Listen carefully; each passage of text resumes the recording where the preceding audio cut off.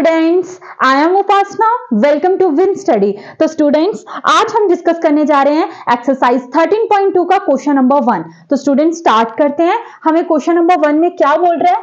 The curved surface area of the right circular cylinder of height 14 centimeter is 88 centimeter का square. find the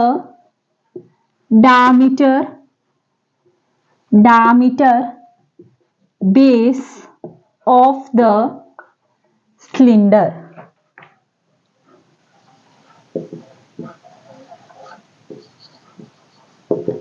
ठीक है students, आपको सबसे पहले क्या करना है, क्वेश्चन को अच्छे से रीड कर लेना है कि हमें क्वेश्चन में पूछ क्या रहा है।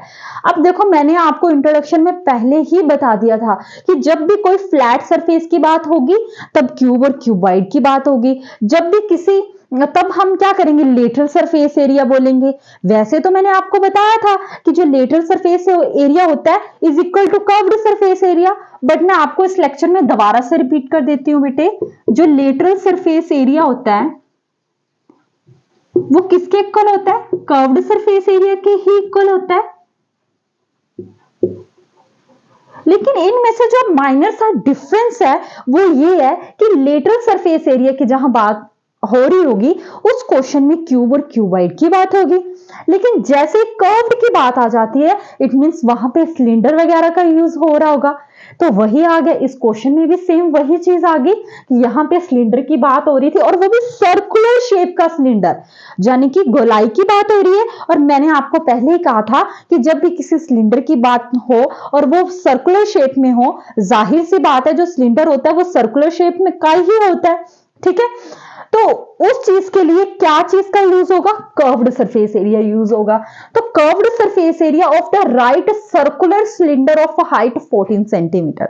देखिए स्टूडेंट्स, इस तरीके से सिलेंडर होगा, ये सिलेंडर की शेप इस तरीके से होगी। ठीक है, और इस सिलेंडर की जो हाइट है वो मान लो 14 सेंटीमीटर है।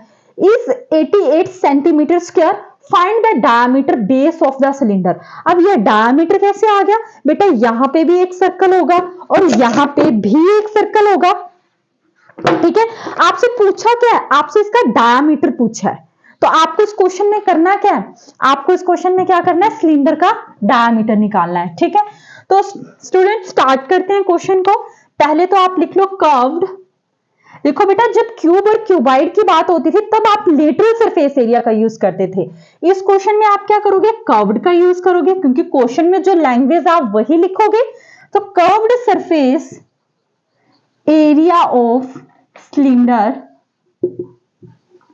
कितना दिया बेटे? 88 सेंटीमीटर का स्क्वायर। ठीक है, अब आपको अच्छे से पता है कि जो curved surface area of cylinder का फॉर्मूला क्या होता है? 2 पाई आर एच। तो क्या मैं यहां पे लिख सकती हूं 2 पाई आर एच, और ये किसके इक्वल आ गया बेटा? 88 के इक्वल आ गया। ठीक है, अब देखिए क्वेश्चन में हमें पाई की वैल्यू 3.14 लेने को नहीं बोला गया है, तो इस बार हम पाई की वैल्यू क्या लेंगे? 22/7। तो यहां पे लिख लीजिए पाई इज इक्वल टू 22/7। तो 2 इंटू 22, वैसे तो मैं आपको टेम्पररी एक सिलेंडर बना के बता देती हूं। इस तरीके से सिलेंडर होगा आपका, जिसकी हाइट कितनी दी गई है बेटे?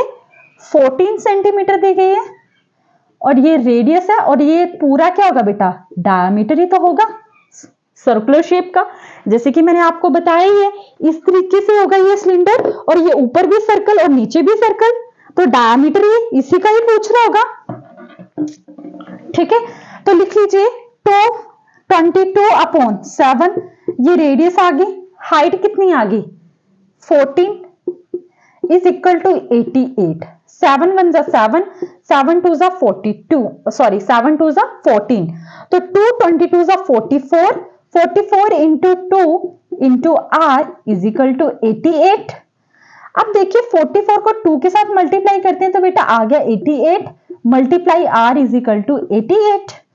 अब यहां पे आ जाइए 88, यहां पे मल्टीप्लाई हो रहा है 88, तो यहां पे क्या हो जाएगा बेटा डिवाइड, 88 वन जा 88 तो कैंसिल आउट हो गया, तो r कितना आ गया बेटे 1, कितना आ गया 1।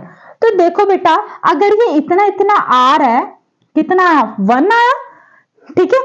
तो डायमीटर पूछे, हमें तो रेडियस चाहिए कि क्यों थी हम, ताकि हमें डायमीटर का पता चल सके, तो पहले हमें रेडियस का पता चलता तभी तो हम डायमीटर का निकालते। अब देखिए जो आपका डायमीटर ऑफ द बेस है, diameter of the base is equal to 2r, ठीक है। अब देखो जो आपका रेडियस है वो कितना है 1, तो 2 मल्टीप्लाई 1 और ये कितना आ गया 2, और बाकी चीजें किसमें है सेंटीमीटर में, तो ये भी सेंटीमीटर में आ गई। इट मींस अगर हाफ रेडियस 1 है तो डायमीटर कितना होगा बेटा 2 सेंटीमीटर, और वैसे भी आपको पता है कि जो आपका हाफ ही तो होती है जो रेडियस है ना, तो डायमीटर की, ठीक है। तो आपको पूछा क्या था, सिर्फ बेस निकालने को पूछा था, तो वो आप निकाल चुके हैं, ये देखिए, ठीक है। सेंटीमीटर में दी गई थी तो सेंटीमीटर में आ गया, ठीक है। तो आई होप स्टूडेंट्स कि आपको मेरा ये क्वेश्चन समझ आया होगा।